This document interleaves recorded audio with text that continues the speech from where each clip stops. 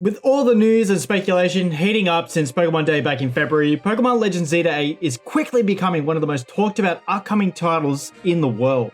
As new details continue to trickle in, we're starting to get a clearer picture of what this game is all about. So if you're not fully up to speed, here's a quick recap. Pokemon Legends Z-A is scheduled for release in late 2025 and would take place in Lumiere City, the bustling metropolis from Pokemon X and Y. The game aims to build on the foundations of Legends Arceus, combining the open world gameplay with a return to one of Gen 6's most iconic features, Mega Evolution. So now that you're caught up a little bit, let's jump into 6 things we can expect from Pokemon Legends Z-A. Mega Evolutions are back, baby! No surprises here, but it still hits amazingly hard. Mega Evolutions are confirmed to return and fans are hyped. After being missing in action for way too long, the sight of a Mega Stone in the announcement trailer was all we needed to get the speculation train rolling. This becomes even more hype when we start to consider the starter trio for this time. So what is confirmed at the moment is that Chikorita, Totodile, and Tempest will be the starters for this game. In addition, it's also rumored that all 3 might be getting their own Mega Forms. The leading rumor around Chikorita or Meganium is that it's going to be getting a Grass Fairy Mega Evolution. The leading theory around Feraligatr is that it's going to get a pure water type Mega Evolution. And the leading rumor surrounding Emboar is that it's going to be another fire fighting Mega Evolution, which I know is kind of boring once you start thinking about the Mega Blaziken and Infernape and continuing that train, but I still think it's going to be pretty cool. So far as well, some Mega Evolutions have been confirmed, like Lucario, Kangaskhan, Absol, Sableye, Gyarados, Charizard, Altaria, Gardevoir, Ampharos, Salamence, and Gengar. They're all confirmed, and for sure we're going to be getting some new ones on top of that. There is going to be a complete battle system overhaul. Legends Arceus kind of broke tradition with its semi-turn based combat style, and Z-A looks like it's going to be turning it up a notch. From what we've seen in the March trailer, battles are way more dynamic. So some of the things we were able to ascertain from watching the trailer is that there's going to be real-time action sequences, dodging attacks, cooldown based movesets, and trainers literally getting involved mid-battle, which is just crazy. It's really sort of giving it that open world RPG vibe, and I'm for one am all for it. And I can't wait to see how they're going to weave Mega Evolutions into this sort of new battle style. I'm really keen for that.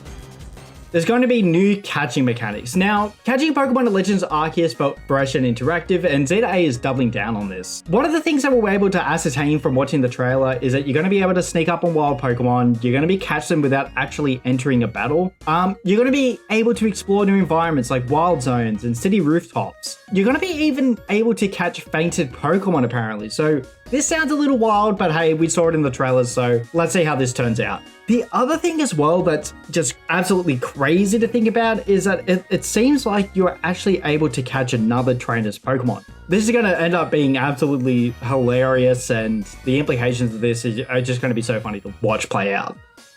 Zygarde will most likely be taking a massive spotlight in this game. Zygarde is finally getting the love that it deserves. So while Xerneas and Yveltal got the main stage back in Gen 6, Zygarde kind of felt like a third wheel until now. So in the trailer, we actually got glimpses of Zygarde in both its complete form and its 10% form, and we also got different shots of Zygarde cells being placed over the city. So this pretty much confirms that part of the story will revolve around collecting these cells to unlock Zygarde's true power. So in Sun and Moon, we saw that it took the player 95 cells to actually complete the Zygarde form, but this time, what if we need all 100? Maybe this will unlock a brand new Zygarde form, but we're just going to have to wait and see. The Z-A in the title is actually referencing a battle frontier. So for those of you who remember the old battle tower from Pokemon Crystal or the old battle frontier from Pokemon Emerald, the battle frontier that made its return in Omega Ruby and Alpha... Oh, sorry, too soon.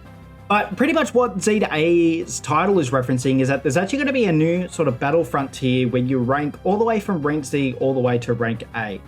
I know that the Battle Frontier has been a huge inclusion for a lot of Pokemon games over the years. It's one of the most memorable parts of Pokemon Emerald. It definitely plays a heavy feature in the post-game of Pokemon Crystal. So really keen that Pokemon Z-A is going to be capitalizing on this, and a main part of the story is going to be revolving around this, which is really cool.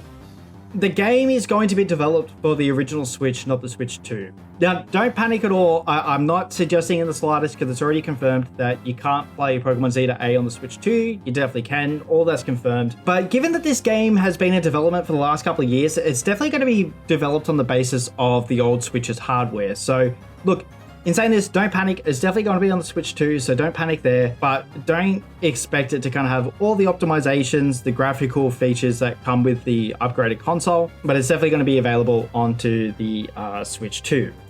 So that's a wrap on the main things that we know thus far. There is, some other little details about, sort of the wild zones and being able to go on rooftops that we do know about. But expect a bunch of news to be covered around this game until release. If I hazard a guess, I would probably say this game's going to release around November. I do know that a lot of Pokemon games in the past have released around this time period. It's a time period that's, fast approaching to Christmas. It makes a lot of sense from a commercial point of view, so I'm expecting it to release around November. Obviously, we saw that with Omega Ruby and Alpha Sapphire. That's the game that comes to mind. But in saying that, that's not a guarantee, but it's definitely going to be coming in late 2025. So look, tell me down below in the comments, what are you most hyped for? Is it new Megas? Is it the revamped battle style? Is it the Zygarde storyline that's probably going to come? Let me know what your predictions are down in the comments, what you're most hyped for. I'm going to read through all of the comments, so please do let me know. So if you enjoyed the video, don't forget to hit the like button, subscribe, and ring the bell so you don't miss any updates as we get closer to the launch.